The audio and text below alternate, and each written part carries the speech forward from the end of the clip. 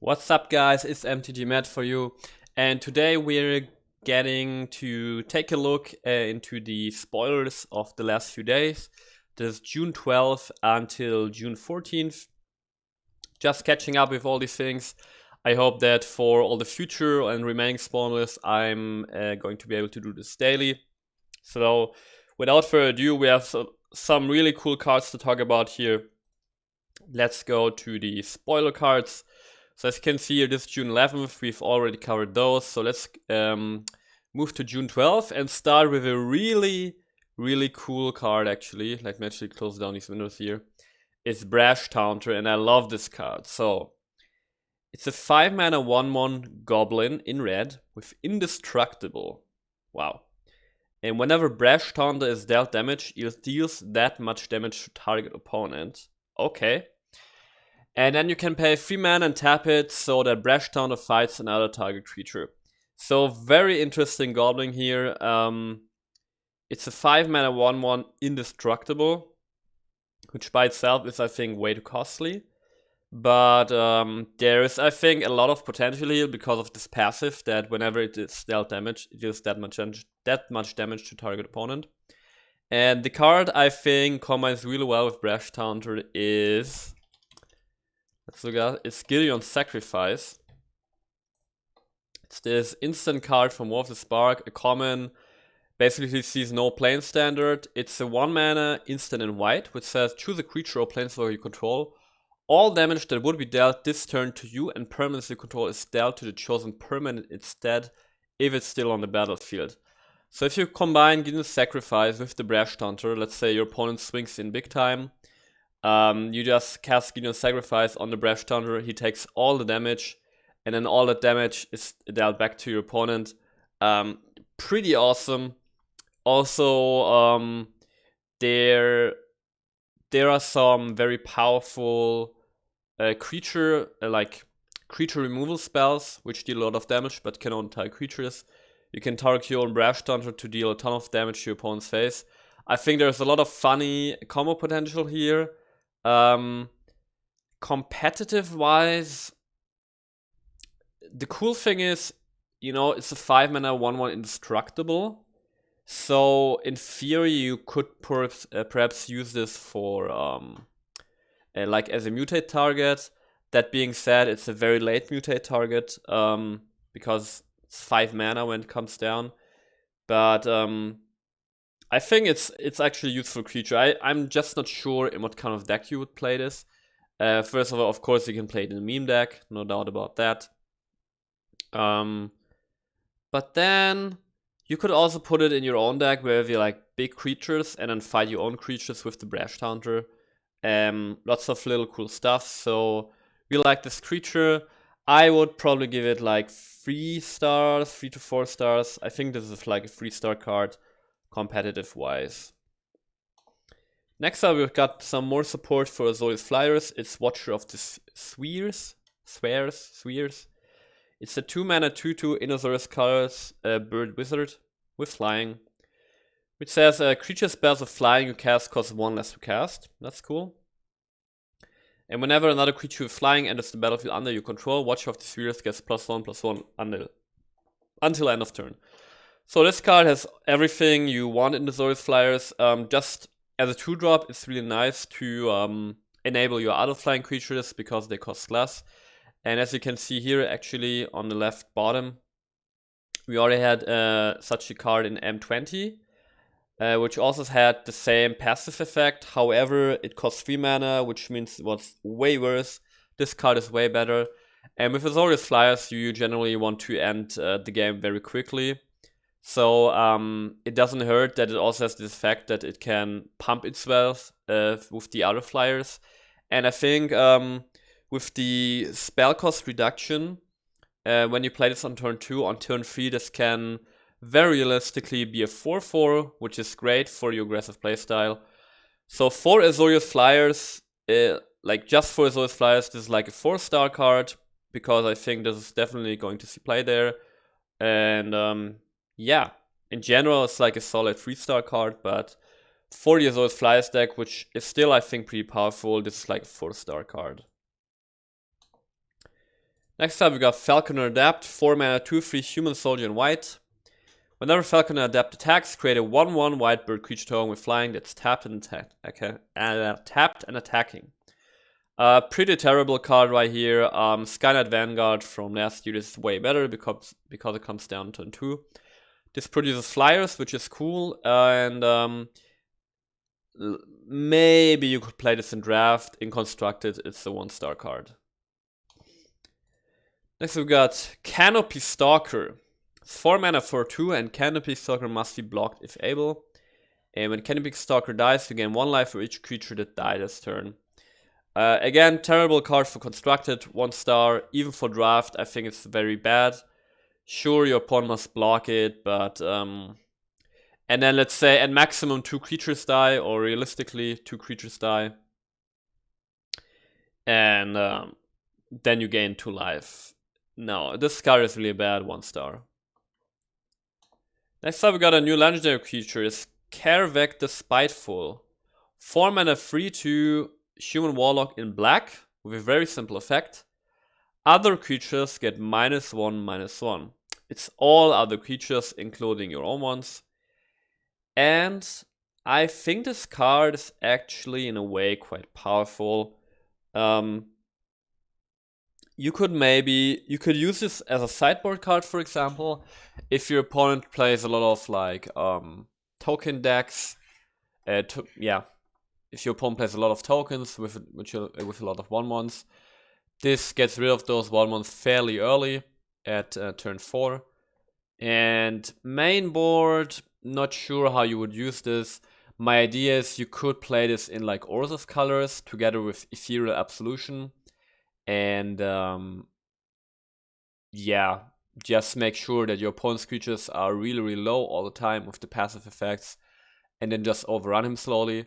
Or what's also really cool is you could play this simply together with Crackbridge Troll. Play this down on turn 4. On turn 5 you play your Troll, your opponent gets 3/0/1 God tokens, which all die immediately because of Kervek. And then you got a 5 mana 8/8 trample with haste on the board, which is pretty powerful. I think this card has some use in sideboards. In main boards, not so sure. And as a conclusion, I think it's actually quite powerful, very simple effect. And you can build your deck in a way that you get the most benefit out of this. So I think it's like a 3-star card, good sideboard card, and yeah, I like it. Next up, another legendary creature is Nyambi Esteemed Speaker. 2 mana 2/1 in all of colors, a human cleric with flash. And when Nyambi Esteemed Speaker enters the battlefield, you may return another target creature you control to its owner's hand. If you do, gain life equal to the creature's converted mana cost. Okay? And then you can pay 3 mana, tap her, and discard a legendary card to draw 2 cards. I think this card is pretty terrible. The enter the battlefield effect is really bad. Really, really bad. Life gain in general is not too powerful if that's the main effect of a card. So I think really the ETB effect here is negligible. That being said, she has flash, so you could use her to, you block with a creature, then you flash her in and rescue your blocking creature. But you're in Azorius colors, like Azorius doesn't really support that kind of playstyle. I think Azorius right now in the meta is either Control or it is Azorius Flyers. Those are the 2 decks I think that exist in Azorius that are viable. And then the activate ability is really odd in a way. I would say it's not necessarily that hard to discard a legendary card in the right deck if you have planeswalkers and such things. But then you pay 3 mana to net 1 card. You discard a legendary card, draw 2 cards. So all in all, to me, a really odd card, and don't really know how you would use it effectively. So honestly, for me, it's like a 1-2-star card. Next up, funny little Goblin Shaman. 4 mana 2/2 Battle Rattle Shaman. At the beginning of combat on your turn, you may have target creature get +2/+0 until end of turn. Fairly expensive at 4 mana. Won't see constructed play. However, in draft, I think this is a fine card because you pay 4 mana and it has an immediate effect on the board, which is what you're looking for generally. You want your cards to, you know, have an effect on the board immediately as soon as they come down. And yeah, in constructed, it's like a 1-star card, really bad. As a final note to this card, I want to say it's a goblin. So we have seen some hints here and there that Goblin Tribal might get some support. So just the fact that this is a goblin, maybe that maybe this could be significant for the rest of the spoiler cards or for future sets. But as it stands now, this is like a 1-2-star card. Next up we got Unsubstantiate. 2 mana instant in blue, return target spell or creature to its owner's hand. A very flexible, cool card. For 2 mana you can return creature, which is slightly more costly than your unsummon. But you pay extra for the flexibility that you can, in a way, counter a spell if for the turn, if your opponent can't recast it right away. And now that I think about it, I don't think it's going to be viable. Nah. The fact that it goes back to the hand is just too good. Not for the creature part, but for the spell part. I think the general spell parts could be fairly easy to recast if you're playing against the wrong deck. I think it's one of the cards you just have to try out. It's hard to evaluate this. I think I would give this 2 to 3 stars, something like that. Ooh, now we're getting to the juicy stuff here. First off, Glorious Anthem, yes, a reprint. Super simple white enchantment, 3 mana, enchantment white. Creatures you control get +1/+1. Just all creatures you have, no restriction for tribals. Very good enchantment for any deck that wants to go white, wants to go aggressive. Can put this in 1 white. I think you can put this in Selesnya. Really, really cool. And I think the fact that this gives +1/+1 to all your creatures makes it like it competes with Icon of Ancestry, right? So if you play a tribal deck, Icon of Ancestry is objectively better for 2 reasons. Because if you're playing a tribal deck, Icon of Ancestry has basically the same effect, giving all your creatures +1/+1. And it can draw you cards, and it's an artifact, so you can cast it in any colors. That being said, I think this card is going to see play. Just an aggressive white decks. Simple effect, powerful, very cool, I like it. And I think it's noteworthy that it's got 2 white mana in its cost, so maybe this card could fit into a deck which also cares about devotion to white. So yeah, I like it. 3-star card, very solid card. It's not game breaking, but let's say it's a 3-star card with a strong tendency to 4. Next up is a card, Discontinuity, which might be broken, and I'm going to explain you why. So it's a 6 mana instant in blue, which says as long as it's your turn, the spell costs 2 and 2 blue less to cast. So if you cast it on your turn, it just costs 2 mana.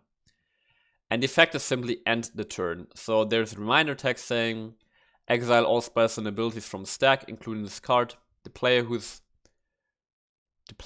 turn it is discards down to the maximum hand size. Damage wears off and this turn and until end of turn effects end.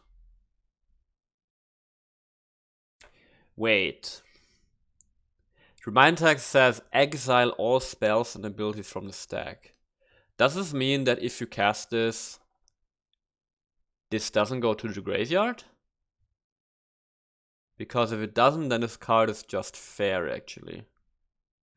Okay, I've gotta admit, I didn't didn't read the reminder text properly. And, So here's the thing, right? In M19, there was, what's it called? Nexus of Fate, right? Which used to be a 7 mana instant, which is now banned, also in blue, which gave you an extra turn, and then it would shuffle itself into its owner's library. And that card got banned because it was too powerful. Okay. And now when I saw this card, this reminded me of Nexus of Fate, because the way you could play this, and disclaimer here, only if this actually goes to the graveyard. If it doesn't, then I'm just wrong here.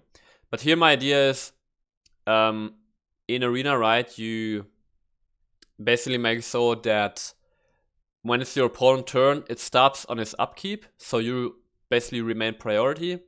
Then you cast this at instant speed and immediately end your opponent's turn. Sure, your opponent gets to untap and he might counter this. If you've got a Teferi Planeswalker, he won't be able to counter this, right? That's one way to protect it. So you would end your opponent's turn. This goes to the graveyard. And we've got one of these new cards right from M21, which was one of the very first preview cards, actually. Let's see if I can find it for you. This card here is Shipwreck Dowser. 5 mana 3/3 Mythic Wizard with prowess. We can just ignore prowess. But the ETB effect is that you can return target instant or sorcery card from your graveyard to your hand. Now imagine you play a combo like that with Discontinuity, this guy and Fasa.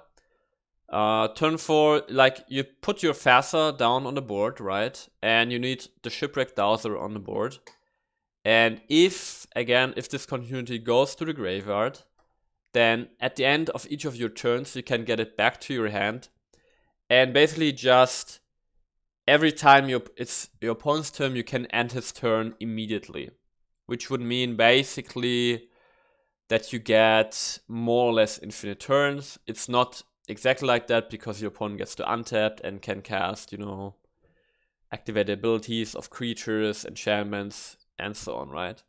But, I mean, in Rhinotaff, it says exile all spells from the stack include this card, so I guess this doesn't go to the graveyard.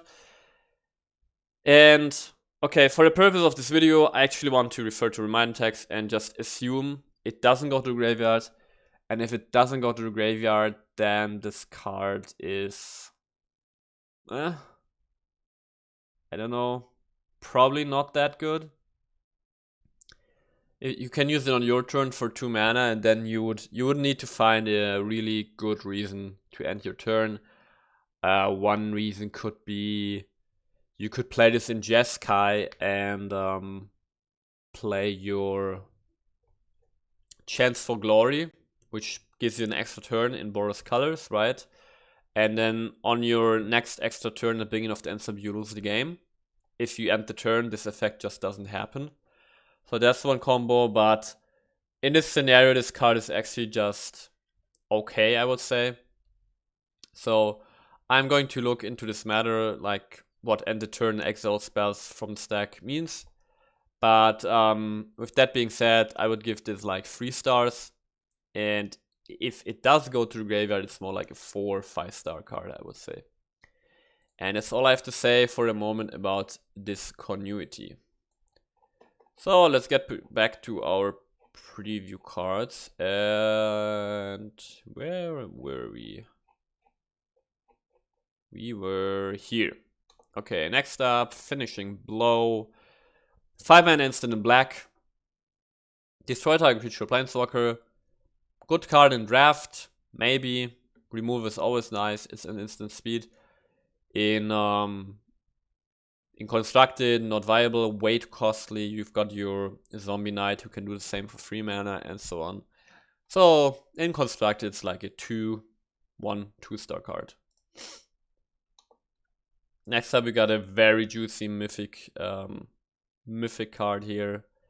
Terror of the Peaks. Very powerful dragon with flying, of course. 5 mana 5/4. With the spells your opponents cast, the target Terror of the Peaks costs an additional 3 life to cast. So your opponent wants to remove this directly, he has to pay 3 life, right?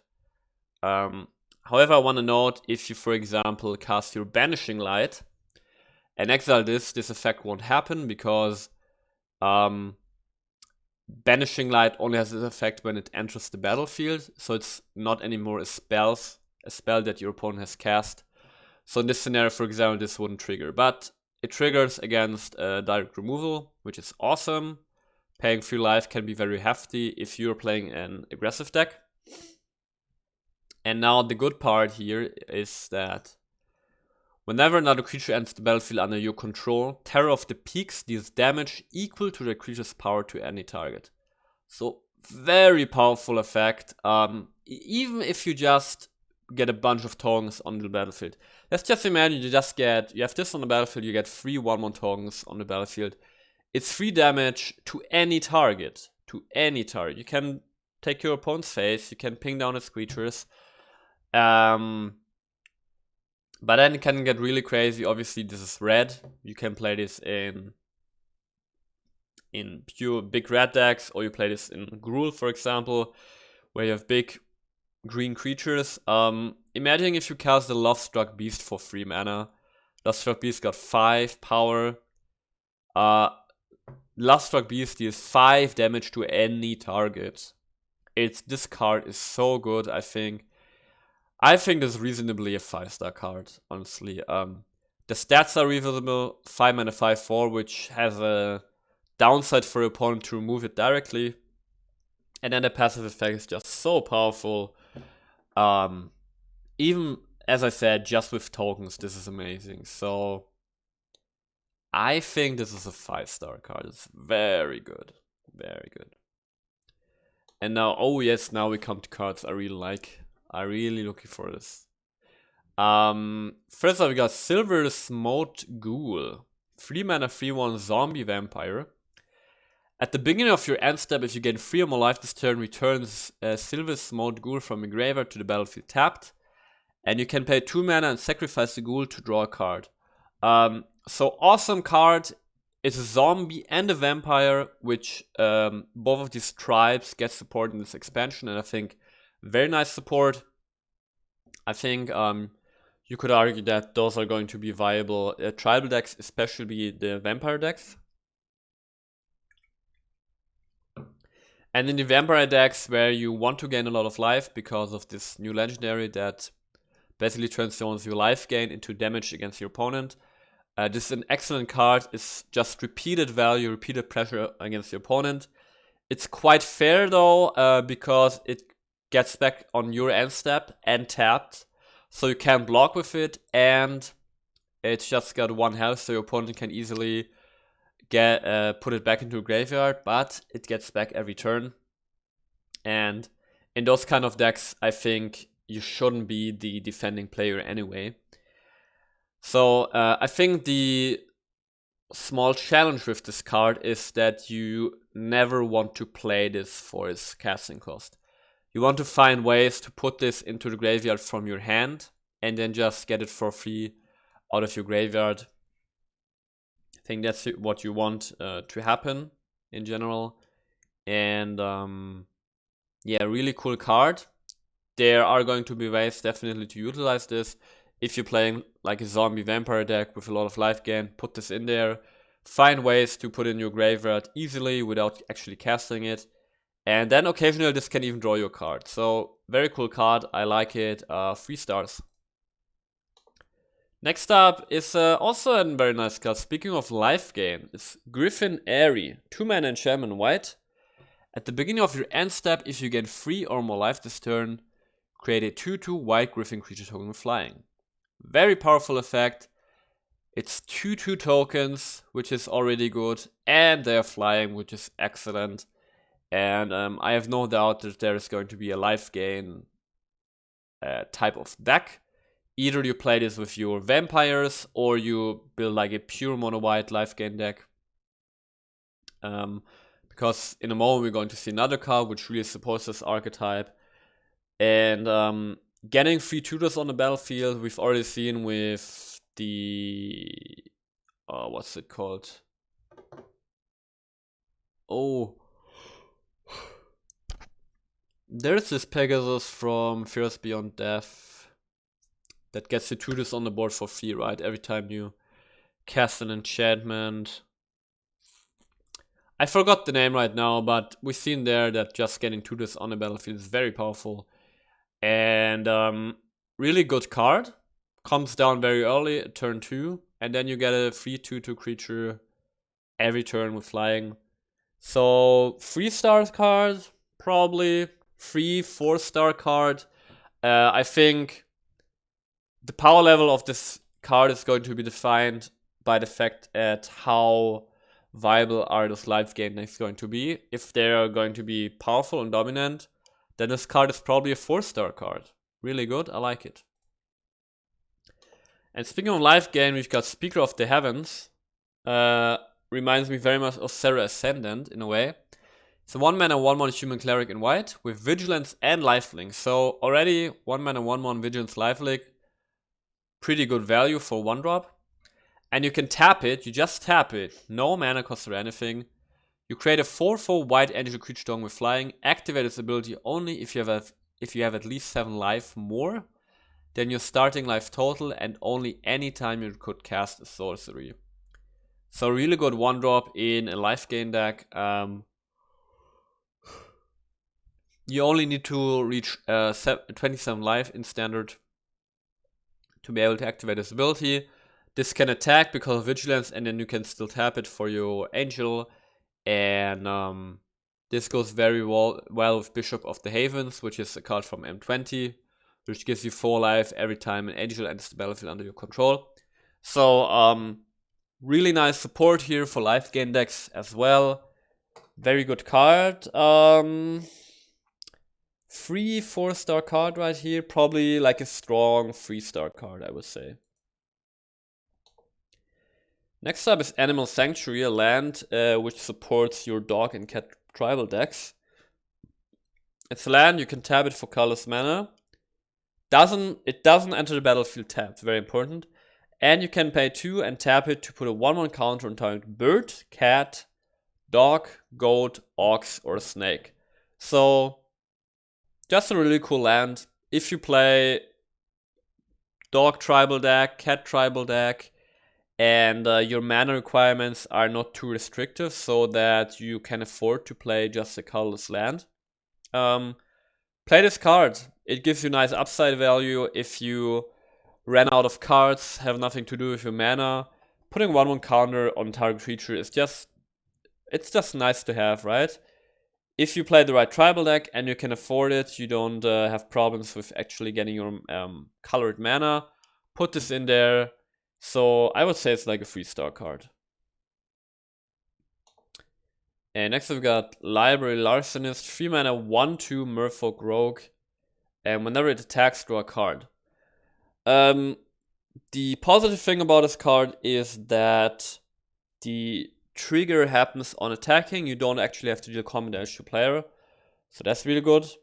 It's just very costly. So in Constructed, it's once you play, it's like a 1/2-star card. In Draft, maybe. And I want to note that we got this rogue card in the spoilers, which has synergies with other rogue cards, right? Milling your opponent. So this is another rogue in the game. We don't have much of those, so maybe this finds play there, but I don't think so. Next up we got Rousing Reed, 3-mana enchantment aura in blue. And you enchant a creature, and when it enters the battlefield, you draw 2 cards, then discard a card. And the enchanted creature gets +1/+1 and has flying. So I mean, for 3 mana you actually get pretty good value. Giving creature +1/+1 flying is cool effect. It's like an effect that's worth like 1 mana, at most 2 mana. And then you can filter through your deck, and if you play a deck that cares about putting stuff into your graveyard and having singular creatures that get pumped up by your instant sorceries, I think Rousing Reed is cool. It gives you 1 or 2 creatures that you have evasion with flying, and you get to loot for your deck. So Maybe this is good there, probably not, so I give this a cautious 2 stars. But I can see how this could see play, actually. Next up, we got Colossal Dreadmaw. 1-star card, nothing more to say about that. I've gotta say, I'm fairly new to the whole Magic community, and there seems to be some kind of inside joke about Colossal Dreadmaw being in corsets. So maybe you could explain this to me in the comments. I would be happy about it, but apart from that, just a 6/6 with trample once you play 1 star. And last for June 12th is Hooded Blightfang. 3 mana 1 for a snake with Death Touch. And whenever a creature you control with Death Touch attacks, each opponent loses 1 life and you gain 1 life. Okay. And whenever a creature you control with Death Touch deals damage to a Planeswalker, destroy that Planeswalker. So interesting creature, gives support to a Death Touch tribal deck, which we by the way have in Standard, more or less with the War of the Spark Vraska, which is a 4 mana Planeswalker. Actually, I can quickly show it. Vraska, War of the Spark, Swarm's Eminence. So here it's a 4 mana 5 loyalty Planeswalker from War of the Spark, which says whenever a creature you control with Death Touch deals damage to a player or Planeswalker, put a 1/1 counter on that creature, and then she creates creature tokens, which can also with Death Touch and can destroy Planeswalker. So maybe this Hooded Blightfang just pushes this Death Touch tribal deck to be at least a little bit viable. Not sure that it will, but in that regard, it's actually a pretty cool card because if you're playing a Death Touch tribal deck, so to say, and you try to put yourself in your opponent's shoes, it's always bad for your opponent to block your Death Touch creatures because he likely is going to have way more powerful creatures than you have. And it always feels bad to block like a 1/1 Death Touch with your 4/4 Questing Beast. So your opponent is really disincentivized to block your creatures. And which means with this card here, you deal additional damage with the passive effect and you gain life, which is really nice. And then your opponent might really have to block if your creatures go for his Planeswalkers, because with Hooded Blightfang on the board, that 1 damage you deal to your opponent's Teferi or Nissa just kills it right away. So maybe this card just makes Death Touch Tribal a little bit viable. Could be really cool, so I'll give this an optimistic 3 stars. I really like it. And I just love so far from these courses spoilers, you just see the support for these very different kinds of decks here and there. And I think with this core set, still 100 cards or more need to be revealed, but my gut feeling tells me that there's going to be a very cool meta with a lot of different decks to try out, which is really cool. So let's move on to June 13th and 14th, because there were only very few spoilers, but pretty cool ones. First off, we got Palladium Mirror. It's a 3 mana 2/2 out of creature mirror. You can tap it to add 2 colorless mana. So actually, pretty powerful ramp card. Usually your usual 3 mana artifact rocks just give you 1 mana. That being said, your artifact rocks also tap right away, which this doesn't because it has Summoning Sickness. But hey, if you've got like an artifact deck and you want some rand, Palladium Mirror is the way to go, I think. Very efficient. 3 mana 2/2 gives you a lot of mana, so maybe some kind of artifact colorless deck could be possible with you put in your 2 Eugeans, the new one that's going to come, and the one from War of the Spark. You have your Something Forge from M20, which lets you play colorless cards from top of your library. Palladium Mirror gives you some ramp. So I would give this 2 stars actually. And then we've got a reprint, and a juicy one indeed. It's Scavenging Ooze, 2 mana 2/2 Ooze. and you can pay a green mana and exile target card from graveyard. If it was a creature card, put a 1/1 counter on Scavenging Ooze and you gain 1 life. So very good 1-drop, like really good. Just being able to exile target card from graveyard is just really good. You can exile your opponent's Uros from the graveyard or anything else, like any other shenanigans they might do with the graveyard. So that's already just solid. And then if you actually exile your opponent's Uro, this grows and you gain 1 life. So just overall, a lot of utility over 2-drop. I really like it. This is really like a free 4-star card. It's really good actually. And let's move on to the free spoiler cards we got yesterday from June 14th. And here we got Rather Heart of Kel, which is, I think, really cool. It's a 3-mana 3/3 legendary creature elf warrior in ghoul colors. And as long as it's your turn, Rather Heart of Kel has first strike. So on your turn it's a 3-mana 3/3 first strike, just pretty solid, right? And you may look at the top card of your library anytime, and you may play lands from the top of your library. Huh. Isn't that something? That's pretty good value. And then you can pay 6 mana so that Radha gets +X until end of turn, where X is the number of lands you control. So, I think really cool card here. I think this card goes super well with the new Vivian we got from Ikoria, because Vivian allows you to play creature cards from the top of your deck, and this allows you to play land cards from the top of your deck. So if you've got only creature cards and land cards, and your Vivian as the only planeswalker, these two combine make so you can play cards from the top of your deck all the time. Which is awesome. If you feel like it, you could even throw in some effects there, here and there, which let you play additional lands on each of your turns to really dig through your deck. Can give you a lot of value, a lot of card draw, and then, of course, this woman right here cares about having a lot of lands on the battlefield because of the activated ability, which is very powerful actually.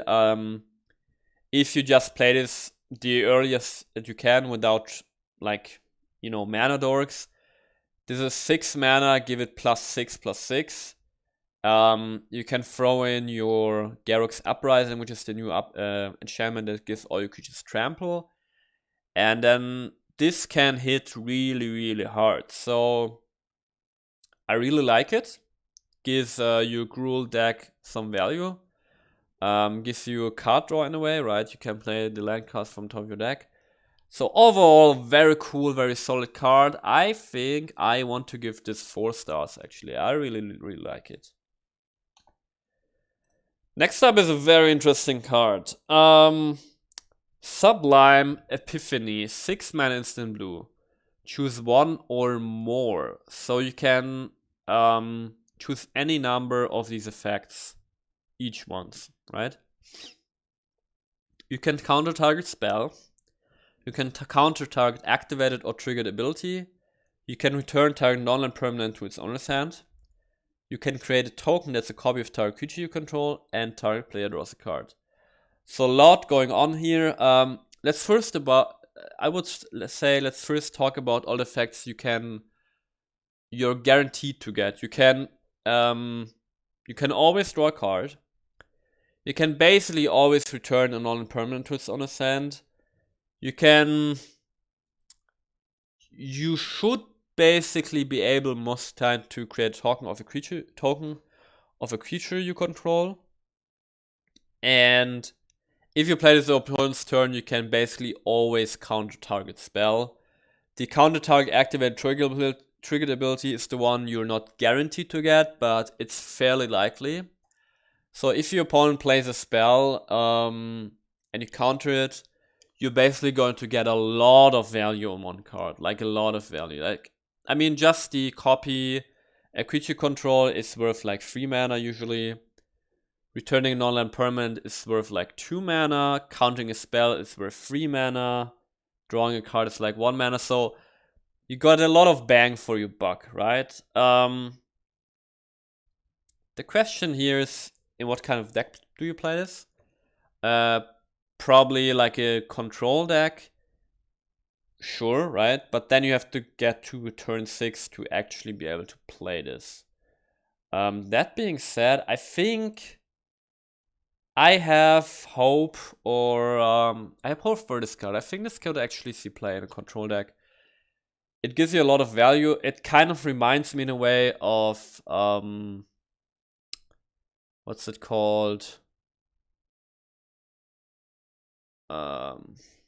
Casualties of War, right, in Gruul Colors, which lets you destroy up to 5 things.